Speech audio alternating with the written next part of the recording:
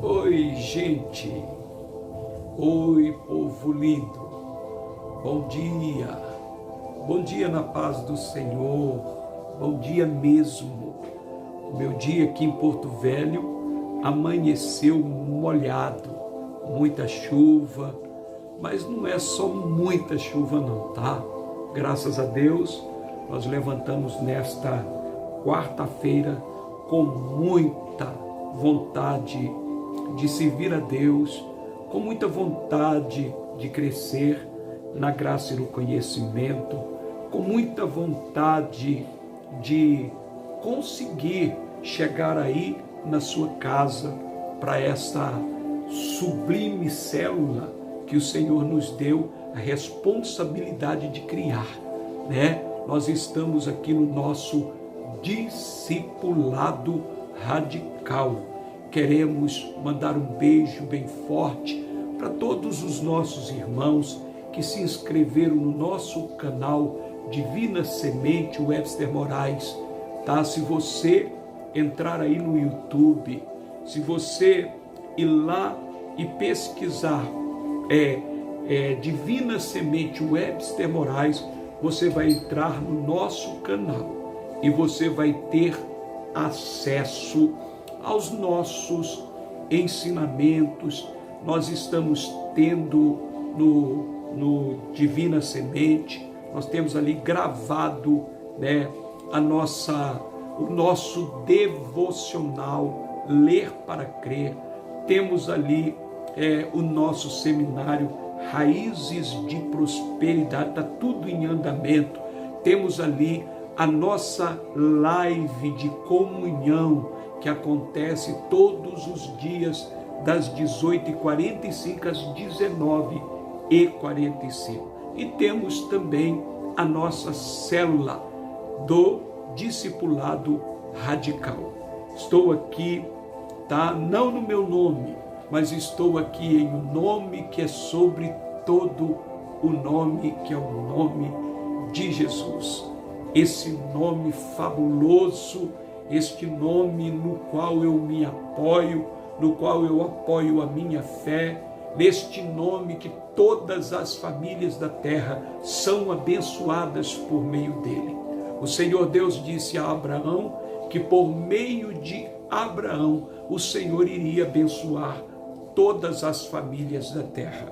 E esta promessa se cumpriu no Messias, aquele que Mateus, no capítulo 1, versículo 1 do seu livro fala, Jesus, filho de Abraão, filho de Davi, tá? Ali falando que Jesus é o herdeiro das promessas e também aquele que é herdeiro do trono das nações, aquele que há de reger as nações com vara de ferro. Queridos, nós na semana passado, né, nós gravamos, parece-me que até no sábado, e nós colocamos à disposição aí do nosso canal o Discipulado Radical, e nós vamos dar continuidade naquilo que nós tratamos.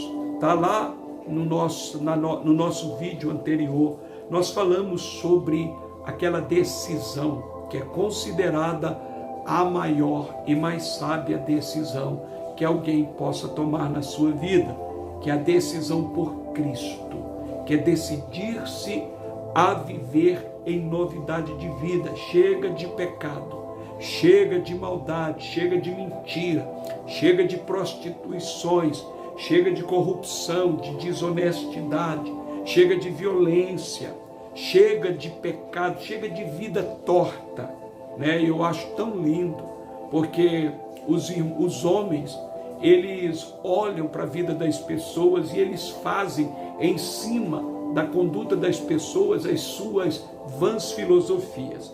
Existe uma palavra que é um dito popular, que pau que nasce torto, morre torto. Isto é verdade? É. Pau que nasce torto, morre torto, se não se encontrar com Deus, tá? Se não tiver o encontro com Deus. Quando eles dizem que pau que nasce torto morre torto, eles estão falando exatamente de quem nasceu ruim, não tem jeito de melhorar. Quem nasceu ladrão, vai ser ladrão até o final da sua vida. Quem nasceu adúltero, vai ser adúltero a vida inteira. Quem nasceu mentiroso, vai ser mentiroso a vida inteira. E isto não é verdade, tá? Uma pessoa pode ser tudo isso que ela é ou foi até se encontrar com o Senhor. Porque lá no livro de Isaías 45, nós encontramos o Senhor dizendo: eu irei adiante de ti e endireitarei os caminhos tortuosos. Deus pode pegar o pau torto e endireitá-lo.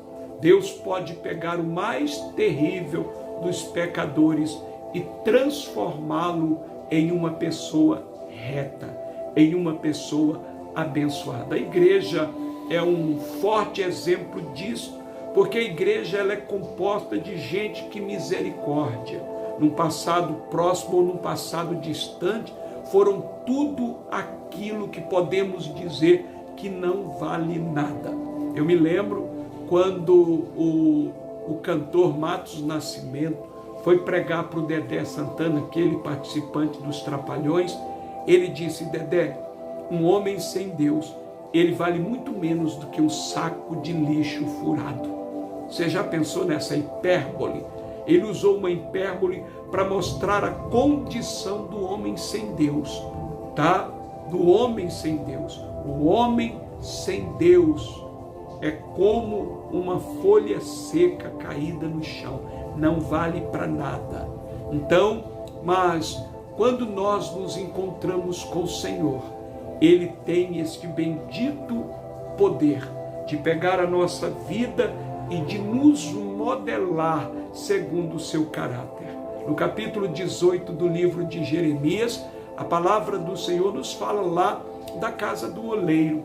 O Senhor chamou o seu servo e disse: filho do homem, desce à casa do oleiro, porque lá eu falarei contigo. E ele desceu, e quando chegou lá, o oleiro estava trabalhando na roda sobre um vaso que ele tentara fazer e que saiu deformado, saiu torto, saiu errado. Ele pegou aquele vaso, desfez todo aquele barro, colocou na roda e começou a fazer um outro vaso. Um vaso que agora, depois de pronto, estaria perfeito. É assim que Deus faz com a gente. Deus pega a gente lá no lixão do mundo, coloca dentro de nós o seu Espírito, nos enche de amor por Ele, pela sua casa, pela sua palavra, pela nossa família de irmãos. E este amor trabalha 24 horas dentro de nós, mudando muita coisa que ainda está lá dentro de nós e precisa ser mudado. Você já recebeu a Cristo como Senhor Deus e Salvador da sua vida? Se a sua resposta foi afirmativa, parabéns! Esta foi a mais sábia decisão de sua vida. Significa o início de um relacionamento com Jesus Cristo e o início de uma jornada para o céu. Agora precisamos aprender a viver de acordo com a vontade de Deus. É Ele quem dá forças para vencermos o pecado. Tá? Pecado, ele na verdade, significa errar o alvo. Tá? O Senhor Deus, Ele nunca se iludiu com a ideia de que nós jamais fôssemos pecar. Tanto é que na sua palavra Ele diz: filhinhos, não pequeis. Contudo, se pecardes, tendes um advogado diante do Pai que intercede por vós. Tá? O Senhor Deus nunca se iludiu de que nós jamais fôssemos pecar. E Ele trabalhou para resolver essa questão. Ele não conseguiu impedir que o homem pecasse. Ele não conseguiu impedir que Adão e Eva pecassem. Mas depois que eles pecaram, não tendo ninguém maior do que ele por quem jurar, jurou o Senhor por si mesmo que faria de tudo para redimir o homem do pecado. Tá? Nós encontramos a palavra do Senhor nos dizendo, lá em Romanos, capítulo 8, 17, lá o Senhor diz: mas em todas as coisas somos mais do que vencedores por aquele que nos amou. Preste atenção nesta palavra, tá? Porque esta palavra é viva e eficaz. Nós, fora de Cristo, somos como um peixe fora d'água, somos como uma planta arrancada da terra. É bom que a gente preste atenção nisto. Se você tirar um peixe da água e colocá-lo em seco, ele vai morrer, porque você o tirou do seu habitat natural. Se você pegar uma plantinha e arrancá-la da terra com raiz e tudo, e colocá-la fora da terra, ela vai secar, vai morrer, porque você a tirou do seu habitat natural. Quando Deus criou os peixes, ele deu ordens às águas. Ele diz: produzam as águas peixes de toda espécie. E quando ele foi criar as plantas, ele deu ordem à terra: produz a terra árvores frutíferas que deem frutos segundo a sua semente. E assim foi. Então, quando Deus foi criar os peixes, deu ordem às águas. Quando ele foi criar as plantas, ele deu ordens à terra. Mas quando ele foi criar o homem, ele deu ordem a si mesmo: façamos o homem a nossa imagem e a nossa semelhança. Nós, fora de Deus, estamos fora do nosso habitat natural. Tem uma canção daquele grupo paranaense, me parece, Filhos do Homem, que ele diz: eu quero ser o lugar onde o Senhor gosta de estar. Então, quando o Senhor está em mim e eu nele, existe a necessidade desta reciprocidade. Quantas pessoas que, quando a gente vai falar de Jesus para eles e os convida a aceitar Jesus, eles olham para a gente e dizem assim: mas eu já aceito Jesus a minha vida inteira. Então eu gostaria de deixar bem claro para você que está aqui me ouvindo, porque o importante não é aceitar Jesus, é ser aceito por Ele, tá? Esse negócio de quem quer aceitar Jesus é necessário, tá? Porque existe a necessidade da reciprocidade. Eu aceito Jesus para que Jesus me aceite, porque Ele quer que eu esteja nele e Ele quer estar em mim. Então, em nome de Jesus, eu quero trazer a você estas doces realidades que podem mudar o curso da sua história. Em Romanos 6,14, nós lemos a palavra do Senhor que diz: porque o pecado não terá domínio sobre vós, pois não estáis debaixo da lei, mas debaixo da graça. E isto, claro, que é a partir do momento quando eu convido Jesus a entrar no meu coração, a entrar no meu entendimento e a entrar na minha vida, né? É a partir de aí, porque antes, quando nós vemos aqui a palavra do Senhor em Romanos 8,17, que nós somos mais do que vencedores, logo você vê o complemento: em Cristo Jesus. Em Cristo Jesus nós somos mais do que vencedores.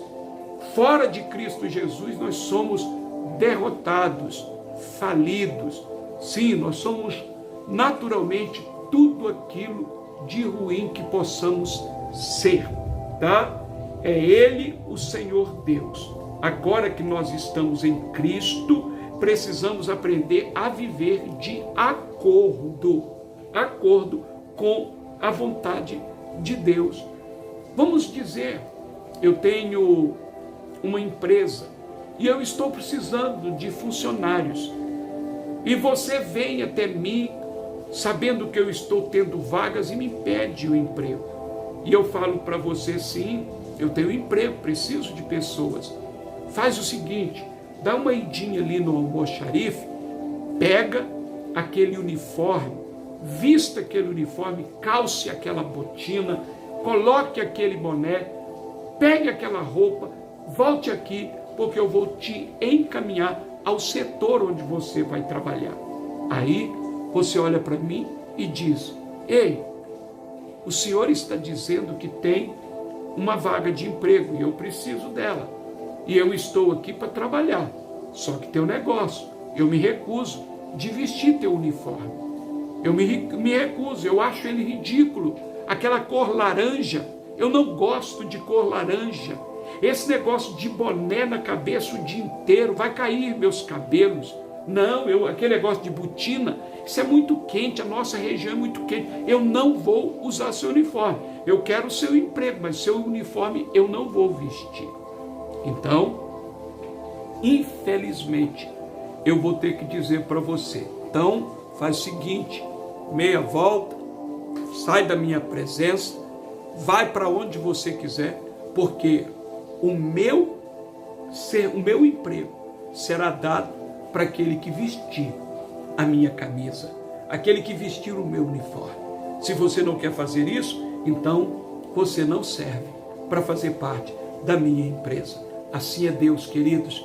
Deus tem a vontade dele. E é a vontade dele que tem que prevalecer na minha vida.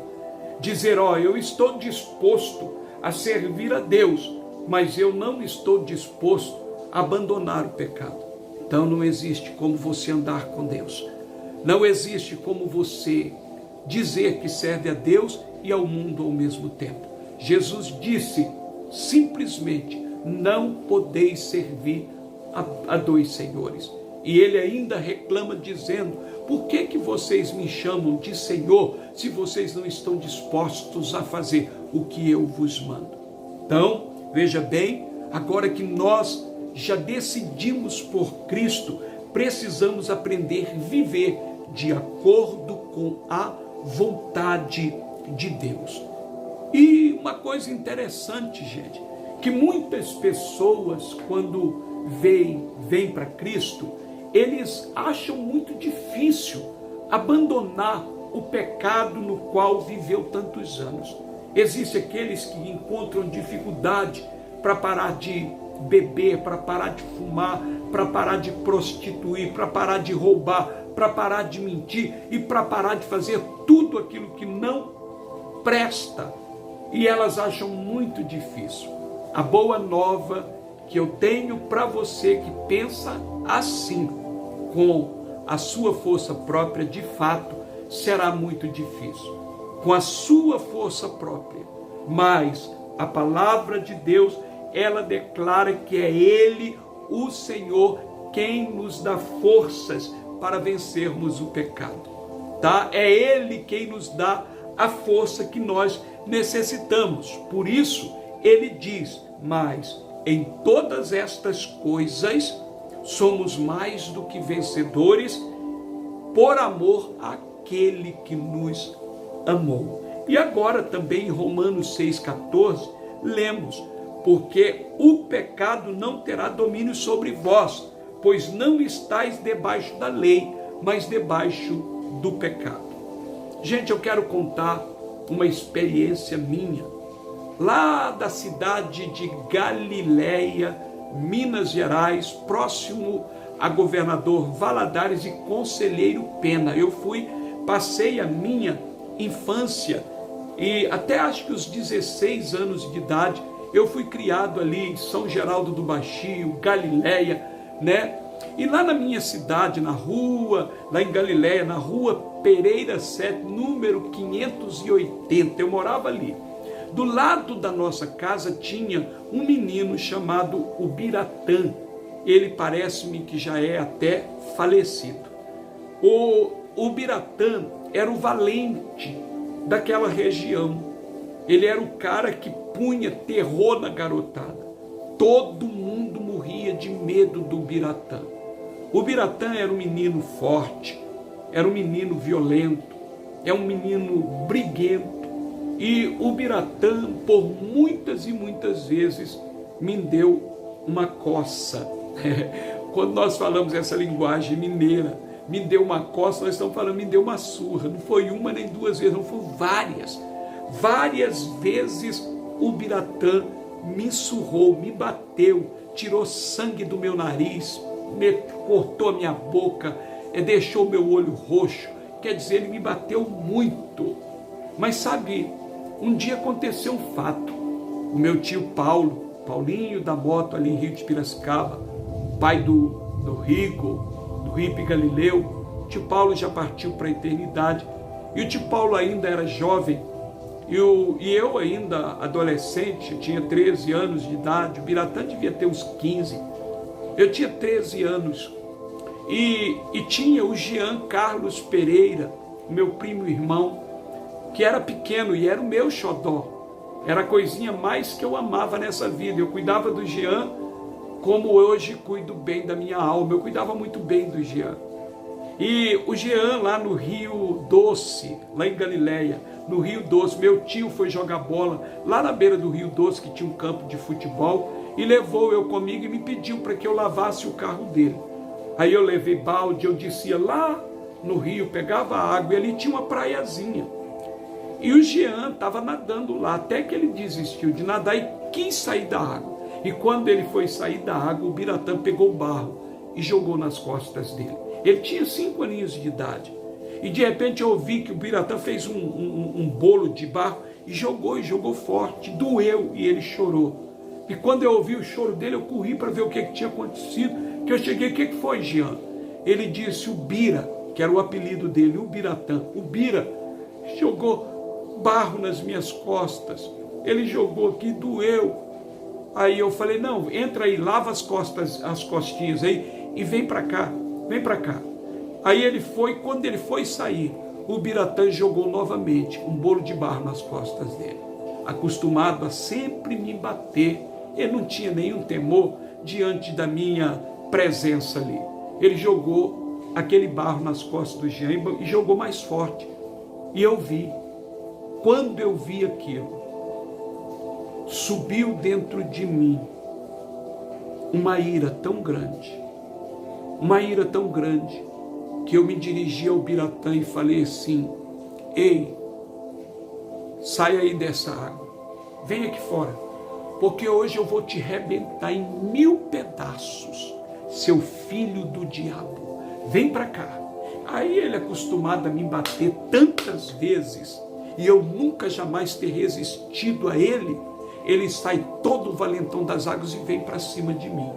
E quando ele vem para cima de mim, chuta, ele ia me pegar um chuto bem aqui na cara, eu consegui me desviar, peguei a perna dele que ele chutou e chutei a outra de baixo, ele caiu. E quando ele caiu, eu caí, batendo nele. Olha, não estou contando isto com lembranças do passado.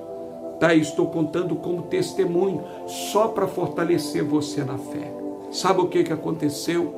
As pessoas vieram e tiraram o Biratã de debaixo de mim, porque eu estava batendo muito nele.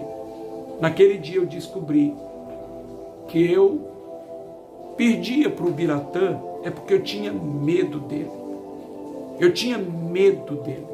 Naquele dia, alguma coisa gritou bem alto dentro de mim e disse, o Biratã não é páreo para você. Você é mais forte do que ele. Você é mais habilidoso do que ele. E eu, a partir daquele dia, antigamente eu fazia curva nas ruas para não me dar de cara com o Biratã. Mas a partir daquele tempo, quem fazia curva era o Biratã. Esse texto, porque o pecado não terá mais domínio sobre vós. Quando você acredita, olha para aquele cigarro que tem 30 anos que você fuma e você diz, eu nunca vou conseguir abandonar o cigarro. Você olha para aquela cerveja que todo mundo toma, aquele uísque, aquela cachaça, e você diz, eu nunca vou conseguir. Sabe por quê? Porque você tem medo destas coisas. medo de não conseguir, e por ter medo de não conseguir, você sai sempre perdendo para eles, e eles continuam a te escravizar. Eu encontro muita gente que ainda fuma, que tem muito desejo de parar de fumar. Tem muita gente que hoje ainda está estacionado no pecado, porque não sabe destas realidades. A palavra do Senhor diz que o pecado não terá mais domínio sobre nós, pois não estamos debaixo da lei, mas estamos debaixo da graça. Sabe o que é estar debaixo da graça? Estar debaixo da graça é estar debaixo do favor do Senhor. Eu sou favorecido pelo Deus Todo-Poderoso. É Ele quem cuida de mim. Isto aí, nós temos a palavra do Senhor, que deixa muito bem claro que o novo nascimento que o Senhor concede àqueles que o recebem como Senhor, Deus e Salvador, tá? Este é o novo nascimento que o Senhor Jesus concede àqueles que o recebem como Senhor, Deus e Salvador. A presença de Cristo faz da sua vida totalmente nova, tá? É a presença de Cristo que te torna um homem novo. Você antigamente era um homem derrotado, uma mulher derrotada, um jovem derrotado, andava de cabeça baixa, tinha que usar de violência, tinha que usar mentiras, engano, porque a nossa mensagem é a nossa vida, a nossa maior mensagem. E quantas pessoas não acreditam mais na sua vida, não acreditam mais em você, não acreditam porque pela milionésima vez você tentou mudar de vida, você descobriu que aquela vida que você estava trilhando não era boa, e você decidiu abandonar aquela vida. Só que você fez da sua maneira, acreditando apenas no poder do seu braço, porque você era orgulhoso demais para reconhecer que precisava de um Salvador, que precisava de um auxiliador, de alguém que te fortificasse, de alguém que te abençoasse. E você tentou pela milionésima vez mudar aquele quadro da sua vida e não conseguiu. Então hoje, mais uma vez, eu te convido, humilha-te debaixo da potente mão de Deus, para que no tempo de Deus Ele te exalte. Certo? Faça isso. Humilhe-se. Entenda que sem Deus não existe vida.